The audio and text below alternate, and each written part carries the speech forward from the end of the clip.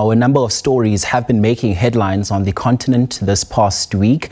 Now, there have been reports of mass killings in Sudan. This is after the paramilitary rapid forces captured the key city of Fasher in Western Darfur. Tanzanian President Samia Hassan has been declared the winner of the election, which has been marred by violence. Cameroon's President Biya secured an 8th term in office, triggering clashes between security forces and opposition supporters who say the vote was rigged. ECOWAS also celebrated 50 years of its existence with calls for regional unity, and self-proclaimed Prophet Shepherd Bushiri and his wife Mary have won an extradition battle against the South African government in Malawi. To unpack these stories now, we're joined by human rights activist and researcher Adv Sipho Mantula. Advocate, thank you so much. It's always great to chat. Let's start with what is coming out of Nigeria this hour. We heard there US President Trump threatening a possible military action in Nigeria, accusing the government of allowing the killing of Christians. What's your sense on this? Good morning even to your viewers. Interesting moments in the African continent indeed. And as you are talking about the issue of the US views on the Christian attack in Nigeria, this shows also again, as you're saying that, what is it that we are saying when we look at the 50 years of ECOWAS? What then is the role of the regional economic bodies in Africa? But also you need to understand that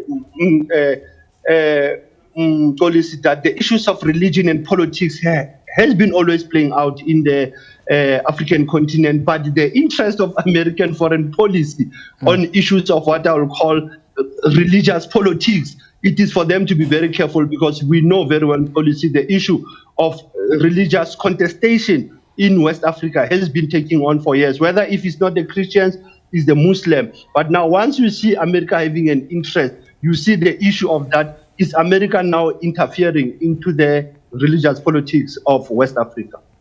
And Advocate, also as you mentioned there, it's been an eventful and troubling week across the continent as well, from mass killings in Sudan to disputed elections in East and Central Africa. You know, just broadly speaking, what do these developments tell us about the state of governance and human rights in Africa right now? Do you see a common thread or perhaps a crisis of accountability, or are we seeing these as separate domestic issues and should be treated as such? Not at all. I think Mkolisi will recall that between the Arab Spring, if you look at the Arab Spring moment in 2010, you look at 2018, 2020, even post-COVID, there have been tensions amongst the young people who are not sitting on the sidelines of politics. And when you look at, as you said, that coming out from October, which was an Africa Human Rights Month, and today also looking at issues of human rights violation, gross human rights violation, impunity of serious violations that we see in Sudan, in Khartoum, we see in Fasher, and you know that the role of African Union, the role of South Africa also, it has been very vocal on the question of Sudan even since 2023. Because once you look at Sudan also, you need to understand the question also of the foreign proxies, or what I'll call the foreign military and the foreign multinationals who have an interest in Sudan. Because once you have to understand Sudan is that the mediation efforts that have been coming from Saudi Arabia, from the US, has not actually proven any success. But when you look at African mediation process, they've been undermined. You look at the question of Cameroon, the post-election violence that is going on, the post-election violence going on in Tanzania also, it shows what I'll say is the cracking of the democracy project in Africa, and that rise of the African youth in the African continent that have to be listened to now. Because when you look at the Generation Z from Madagascar, you look Kenya, you look Tanzania now, they are trying to raise many issues, you know, that are saying, what are the games of engagement? I mean, the rules of engagement. How do we redefine the pressing immediate issues? And corruption and greed are also one of the key issues. You look at ECOWAS, and as we said, 50 years of ECOWAS, but you have ECOEAS. Once you have Mali, Burkina Faso, Niger having pulled out, is ECOWAS still relevant 50 years later? Because The same members who pull out of ECOWAS, they were the founding members of the ECOWAS in the 1970s. Now, this shows the crack also of our leaders still bowing to their former colonizers.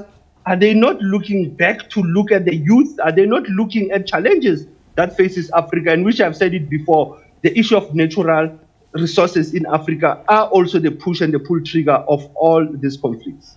And I mean, you just led me straight to my next question now, where you touched on Tanzania. President Samia Suluhu Hassan has been declared the winner in a vote that has since been marred by violence. Just what concerns have human rights observers raised about this election, one? And were there any warning signs that democratic backsliding was underway ahead of this poll? That would be the next question. Absolutely. Remember that the AU sent their mission prior to their observer mission. But again, I'm concerned that the AU is noting the outcome. Others are calling a mockery democracy. It was Samia versus Sulu on these elections. The voter turnout and the people have voted for him 98%. Again, a mockery of saying, we are in the state where I said earlier, you are in a post-electoral violence. I was thinking over it overnight. I said, probably are we not in a post-electoral dispute? Who will lodge a dispute after the election outcome? Because you need to go through that. Secondly, when you look at the human rights awareness or intelligence that was shared with the government of Tanzania, it's how they also treated the media. Our own SABC Channel Africa was not allowed to cover the Tanzanian elections properly. The other foreign media houses were not allowed. You look at the ANC International Relations Committee, they pull out, they issued a media statement on Friday. So that shows you that was actually the liberation movement, Chama Chama, aware that 60 years later, there will be this concern again coming from the opposition and from the young people that enough is enough, we need electoral reform. There might be a challenge, you see, for the viewers to understand. You don't ask electoral reform when you are already in an election mode. They should have pushed for the electoral reform during the time of 2021. But Samia Suluhu, I think it's a disappointment because the numbers that are coming out, whether confirmed or not, of people who have been killed in different cities. You look at the UN Secretary General has also warned about the humanitarian crisis and the human rights violations. It says now again, me and you, we know SADC is leaderless now. Madagascar suspended. South Africa is the deputy of Madagascar. It means that South Africa must take a lead now on dealing with Tanzania, dealing with Madagascar also. And the irony in this all, Advocate, is that President Samia came to power promising reform and inclusion. Just what does this, disputed election now mean for her credibility as the reformer that she came in as?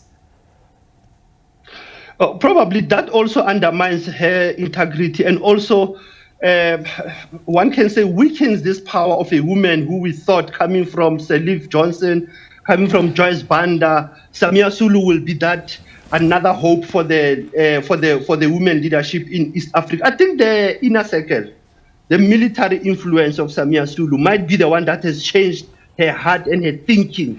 When you look at the issue of towards the elections, the issue of banning of political opposition leaders was a trigger already. The second aspect also, it says a lot about women leaders in the SADC region to say, are they actually a proxy leaders and behind you have the black men syndrome of the military?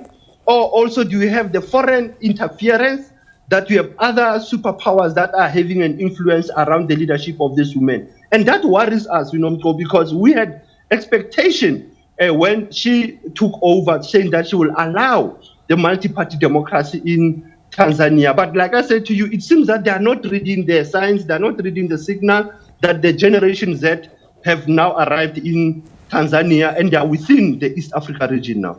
And Advocate, this also now signals that as Africa, we take one step forward and move 3 steps back, particularly when we look at this issue of women leadership in terms of now what all of this now, what kind of a message is it sending to other countries in the region about women's leadership in particular and democracy, especially when a female president's victory is now tainted by allegations, or not even allegations, by the violence that we are now seeing unfold in that country? Absolutely, but for me, I think it will be for the African Union, for the SADC, as they were there, how to deal with the issues of disputes, how to deal with the state of readiness, and how to correct this issue of leadership qualities in Africa. That what kind of leaders do we need in Africa? Because we are lamenting about the absence of women leaders, we are lamenting about the absence of the youth leaders. But once you have such attitude, such a conduct that has been demonstrated by the government of Tanzania in the past weeks, that actually lowers this bar of building an African democratic values in Africa. And also, like I said to you, the AU is disappointing that as they are looking in Tanzania, they are losing sight also in the crisis in Sudan. They are losing sight on the issues of the post-violence in Cameroon. They are losing sight in the post-violence in the island of Madagascar. So one has these institutions that are there but they are not actually putting capacity building to our women leaders in Africa. They are not strengthening also, like I said, the youth leadership in the African continent. An advocate in Cameroon this moment, Paul Biya, has secured an 8th term in office amid opposition claims of rigging. How does, his continued rule reflect on democratic renewal or stagnation in Central Africa? Stagnation, I will say that, as you said, but also post-electoral violence that have come in. But look at this, when I'm told the issue of Paul Biya, are we blaming the electorate here? But when you look at the electoral petitions that were lodged by Chiroma Bakara, Chiroma Bakara actually claimed early victory after the elections on the 12th. But this week, when we find Constitutional Council confirming Paul Biya as the 92-year-old going for 100 years in 2032, that raises questions again about a leader who's hardly present in Cameroon, always in Switzerland. They say he even forgets where he is, sometimes. And you ask yourself, what is this aging and elderly leaders in Africa still doing in power? You'll recall Hugh Masekela used to have a song about change. When will things change? People want to stay in power forever. But I think also when you look at Cameroon politics, you have the North, which is the French-speaking, you have the South, which is the English-speaking. And you have the opposition that was vibrant, that was also clamped down by Paul Biya. And you still ask yourself, is ECOWAS still relevant? Is the AU still relevant? When there was this electoral petitions that were being squashed, that were being thrown out of the court, and you still have violence in Cameroon. But like we said, a leader who stays for too long in power, probably he doesn't want to change his tune of the dance, when I'm told. They say if you stay too long on the stage, probably you have the new moves of the dance. But I don't think for Paul Biya, at the age of 92, can he still hold until 100 years? All right, now just a quick one before we wrap it up. The self-proclaimed prophet Shepherd Bushiri and his wife have won their extradition case against South Africa and Malawi. So what does this ruling say about cross-border justice and political will in SADC? And does this not set a worrying precedent for fugitives seeking refugee status under the guise of political persecution, perhaps? No, it do, but let's look at this. It's a 5-year saga of extradition. I think our Minister of Justice, Mamuluku Kubai, they say we are still studying it. But within SADC, you don't have a SADC tribunal, first of all. You can take it to the African Court, which is sitting in Arusha, Tanzania. But when you look at this, since 2025, Bushiri launched a 59-page review application challenging this on 14 grounds. As Madanga Commission, it is going on. Look how he's also linking corruption of the senior police officers there. But I think what we have tried, if you recall, since 2020 and 2025, we have tried to can show a point of money laundering and the issue of fraud that was committed by this self-proclaimed bishop. And at the same time, I will say to you, let's wait and see, as we are still, we are still studying this High Court judgment that came this week. But it is important for us to can stress that South Africa should not allow fugitives who are committing money laundering coming under the pretext of being the church leaders and at the same time committing such crimes. It is very important. How do we tighten also our as you said, our international relations laws within the SADC region and the AU. So let's wait and see, as our legal minds in the Justice Ministry are still studying this judgment. But this is a sad moment because we thought we had a case against him, because why did he run away if he didn't have a case? But why did he also corrupt our senior police officers? All right, his sharp eye and pulse there on all things Africa. That's human rights activist and researcher advocate Sipho Mantula. Thanks so much indeed for your insights on the program.